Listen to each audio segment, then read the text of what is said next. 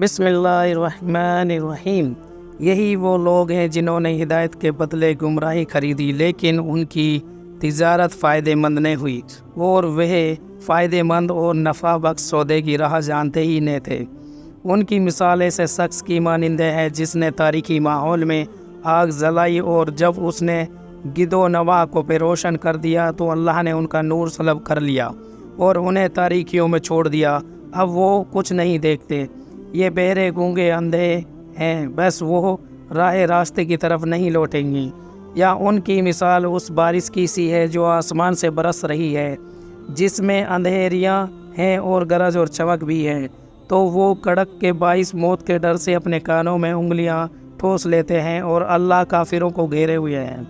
یوں لگتا ہے کہ بجلی ان کی بینائی اچک لے جائے گی۔ جب بھی ان کے لیے ماحول میں کچھ چمک ہوتی ہے تو اس میں چلنے لگتے ہیں، اور جب ان پر اندھیرا چھا جاتا ہے تو کھڑے ہو جاتے ہیں، اور اگر اللہ چاہتا تو ان کی سماعت اور بشارت بالکل سلب کر لیتا۔ بے شک اللہ ہر چیز پر قادر ہے۔ اے لوگو، اپنے رب کی عبادت کرو جس نے تمہیں پیدا کیا، اور ان لوگوں کی بھی جو تم سے بیشتر تھے، تاکہ تم پرہیزگار بن جاؤ۔ جس نے تمہارے لیے زمین کو فرش اور آسمان کو عمارت بنایا، اور آسمانوں کی طرف سے پانی برسایا، پھر اس کے ذریعے تمہارے کھانے کے لیے انواع و اقسام کے پھل پیدا کیے۔ بس تم اللہ کے لیے شریک ٹھہراؤ، حالانکہ تم حقیقت حال جانتے ہو۔ اور اگر تم اس کلام کے بارے میں شک میں مبتلا ہو جاؤ تو ہم نے اپنے بڑے گزردہ بندے پر نازل کیا کہ جو اس جیسی کوئی ایک صورت ہی بنا لو، اور اس کلام کے لیے بے شک اللہ کے سوا اپنے سب حمایتیوں بلا لو، اگر تم اپنے شک اور انکار میں سچے ہو۔ پھر اگر تم ایسا نہیں کر سکو اور ہرگز نہیں کر سکو گے تو اس آگ سے بچو جس کا ایندھن آدمی یعنی کافر اور پتھر یعنی ان کے بت ہے، جو کافروں کے لیے تیار کی گئی۔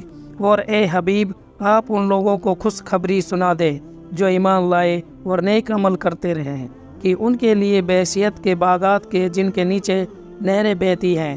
جب انہیں ان باغات میں سے کوئی پھل کھانے کو دیا جائے گا تو اس کی ظاہری صورت دیکھ کر کہیں گے یہ تو وہی پھل ہے جو ہمیں دنیا میں پہلے دیا گیا تھا، حالانکہ انہیں صورت میں ملتے جلتے پھل دیے گئے ہوں گے۔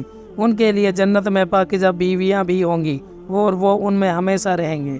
بے شک اللہ اس بات سے نہیں شرماتا کہ سمجھانے کے لیے کوئی بھی مثال بیان فرمائے، خواہ مچھر کی ہو یا ایسی چیز کی جو اکرت اس میں سے بھی بڑھ کر ہو۔ تو جو لوگ ایمان لائے وہ خوب جانتے ہیں کہ یہ مثال ان کے رب کی طرف سے حق کی نشاندہی ہے، اور جنہوں نے کفر اختیار کیا وہ ان سن کر یہ کہتے ہیں کہ ایسی تسلیم اللہ کو کیا سروکار۔ اس طرح اللہ ایک ہی بات کے ذریعے بہت لوگوں کو گمراہ ٹھہراتا ہے اور بہت سے لوگوں کی ہدایت دیتا ہے، اور اس سے صرف انہی کو گمراہی میں ڈالتا ہے جو پہلے ہی نافرمان ہیں۔ یہ نافرمان وہ لوگ ہیں جو اللہ کے عہد کو اس سے پختہ کرنے کے بعد توڑتے ہیں اور اس سے تعلق کو کاٹتے ہیں جس کو اللہ نے جوڑنے کو حکم دیا، اور زمین میں فساد برپا کرتے ہیں۔ یہی وہ لوگ ہیں نقصان اٹھانے والے ہیں۔